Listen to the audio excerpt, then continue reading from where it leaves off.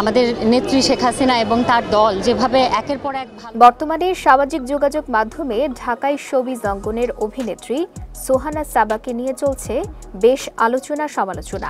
সম্প্রতি দেশের এক গণমাধ্যমে সোহানা সাবার দেহ ব্যবসার চাঞ্চল্যকর তথ্য ফাঁস শিরোনামে একটি প্রতিবেদন প্রকাশিত হয়েছে। তবে খবরটি সম্পূর্ণ মিথ্যা, ভিত্তিহীন এবং উদ্দেশ্যপ্রণোদিত দাবি করে সোশ্যাল মিডিয়ায় প্রতিবাদ জানিয়েছেন সোহানা সাবা।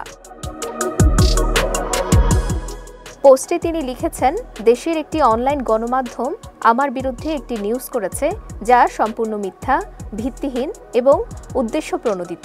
এতে আমার সুনাম নষ্ট হয়েছে। গত ২০ বছর ধরে আমি মিডিয়াতে কাজ করছি এবং আমি আমার কাজের বাইরে কোনো বিতর্ক বা আলোচনায় থাকতে চাই না। রেপুটেশন নষ্ট করার চেষ্টা করা হচ্ছে জানিয়ে সোহানা সাবা আরও লেখেন, একজন নারী হিসেবে আমি আমার সম্মান বাঁচাতে যে কাজটি করেছি সেটি এই অসময়ে এসে আমার বিরুদ্ধেই বানোয়াট নিউজ করে আমার রেপুটেশন নষ্ট করার চেষ্টা করেছে একটি বিকৃত হেডলাইনের মাধ্যমে।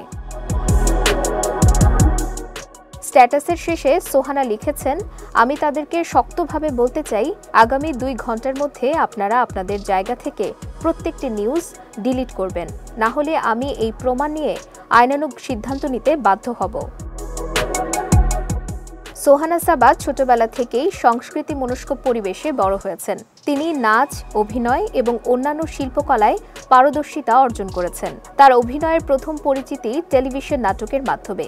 ধীরে ধীরে বড় পর্দায় অভিষেক হয় সোহানা সাবার।